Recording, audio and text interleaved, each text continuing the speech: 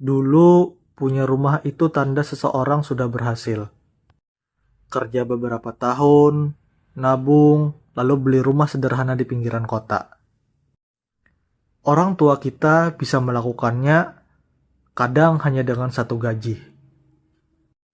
Tapi sekarang, generasi milenial dan generasi atau Gen Z seperti kita bahkan punya rumah saja terasa jauh. Kenapa bisa begitu? Coba lihat datanya. Tahun 1990-an, harga rumah tipe 72 di kota besar sekitar 60 juta rupiah. Gaji pegawai baru saat itu sekitar 500 ribu per bulan. Artinya, kalau menabung penuh 10 tahun kerja cukup untuk membeli rumah. Kalau lewat KPR, cicilan per bulan masih 30% dari gaji. Masuk akal dan terjangkau.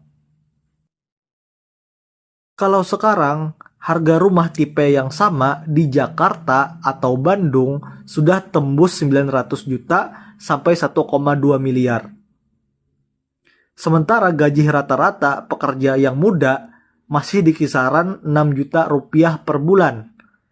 Artinya, harga rumah sekarang setara 15 sampai 20 tahun gaji penuh, tanpa makan, tanpa hidup, tanpa apapun. Dan itu belum termasuk uang muka untuk DP saja butuh 180 sampai 240 juta. Jumlah yang bagi anak muda bahkan mustahil dikumpulkan dalam waktu yang singkat.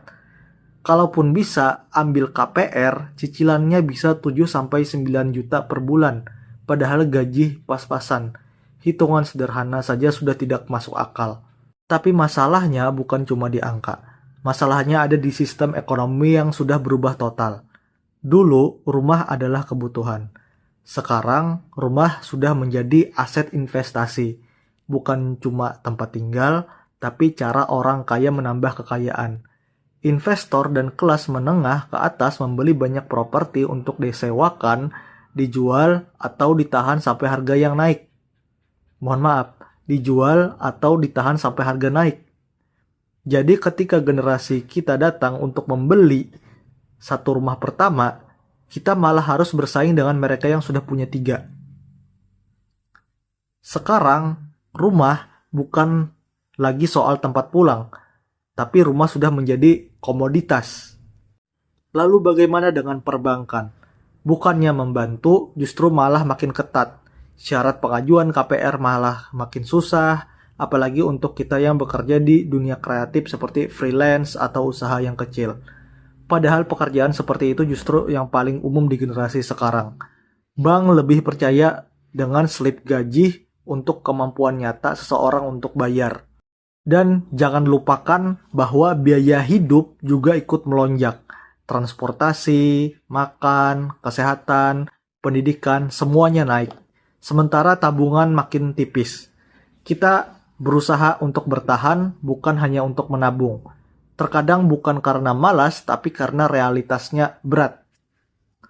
Sebagian orang tua mungkin bilang, dulu juga susah kok, asal rajin nabung pasti bisa.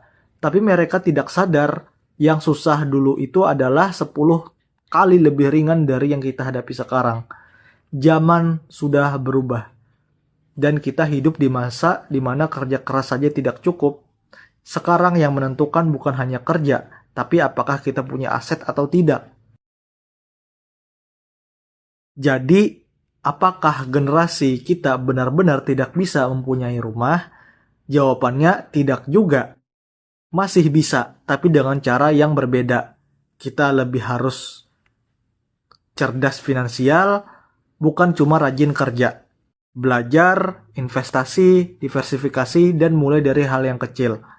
Bukan langsung beli rumah besar di kota, tapi mungkin kita bisa mulai dengan membeli tanah di pinggiran atau rumah kecil yang bisa dikembangkan.